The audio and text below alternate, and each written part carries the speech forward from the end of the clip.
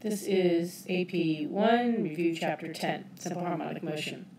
So the things you need to remember about simple harmonic motion are these two things up here at the top, most important things. These two things. Simple harmonic, it must be moving and it needs a restoring force. So what's the restoring? Well, moving is obvious, right? It's just hanging there. It's not simple harmonic motion. But what is the restoring force? The restoring force, remember, is that if it moves in this direction, the force has to be in that direction. So that always works for springs because we have a spring and it's actually moving. When it's moving in this direction, the force is going to pull it back up. And if it moves up, like it squishes it, right, then the force is going to push it back down. So that is a restoring force. The equations that they give you on the equation sheet, I believe they only give you this one, x equals a omega cosine. X equals a cosine omega t. Remember, omega is the angular velocity. Remember, omega has to be in radians per second. That's what makes it different from period, which makes it different from frequency. It's because of its units. That's it. Because it's like it's going in a circle, and you take the cosine of omega t. So omega t, remember, is the same as the angle. So that's theta. Since theta over t is equal to omega, et cetera, et cetera. So if you take the derivative, you get v. If you take the derivative, you get a. If you don't know how to do derivatives, then you just simply have to remember that it becomes negative a omega sine omega t, and then it flips back to negative a omega squared cosine omega t. Since cosine and sine, the biggest they can be is 1, that means their max values are going to be this. Now, there's other ways to find those, but those are just nice convenient ways as a omega, and a omega squared. If you remember the a omega from our rotational one, right, that makes sense because that was r omega, which was my centripetal,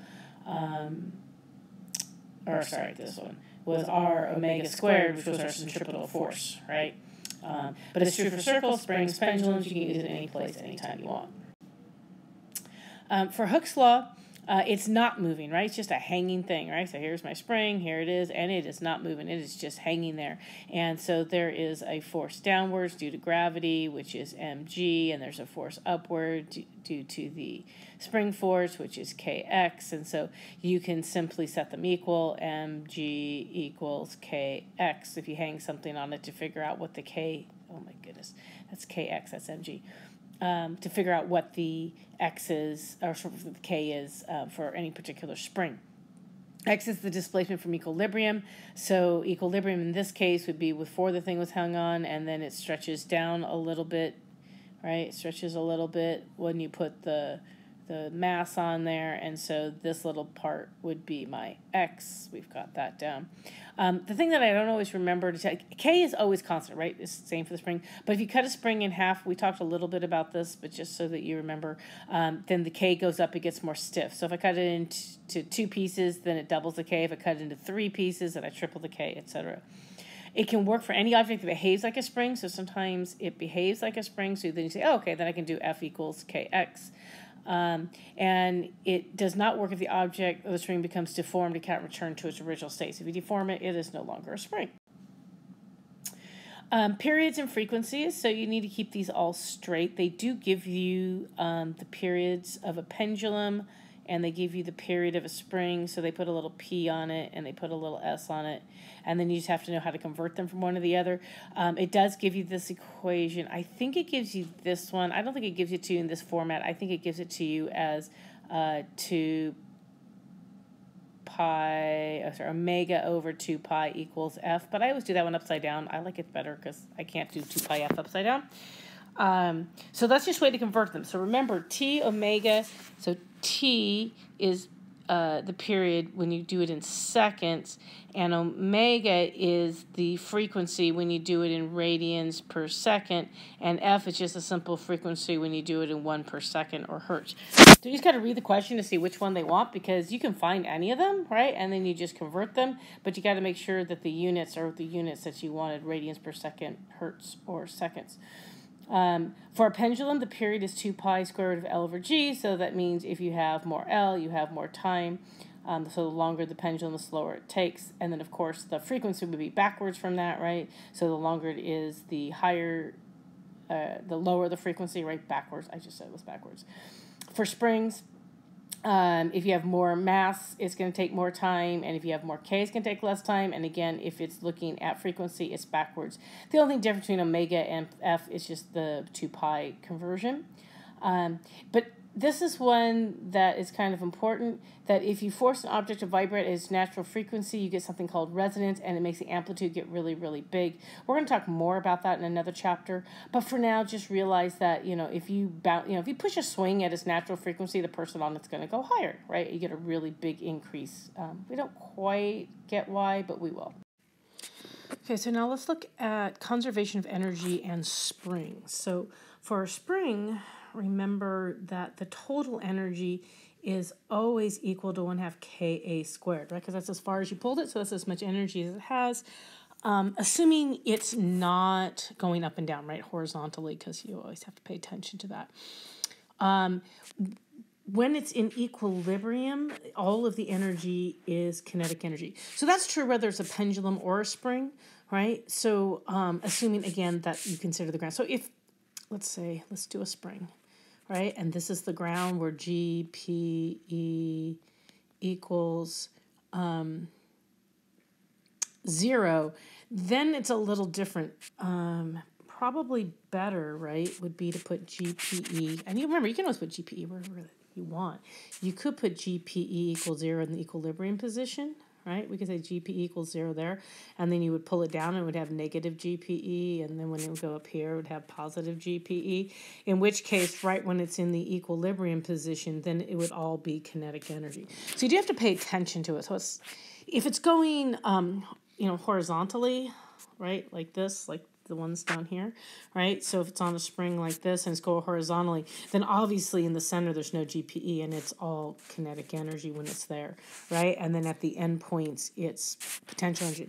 But you can also apply that to a pendulum, right? So if a pendulum's like this, right, at its end, it doesn't have 1/2 Ka squared for its total energy, but it has mgh, and you can always set that equal to 1/2 mv squared. So we're just still doing, mv squared down at the bottom. And so it's the same concept. Remember, get the concept, not just memorize the equations. So the energy at any given time for a spring is going to be 1/2 kx squared, because it depends on where it is. So as my little guy, maybe he's right here.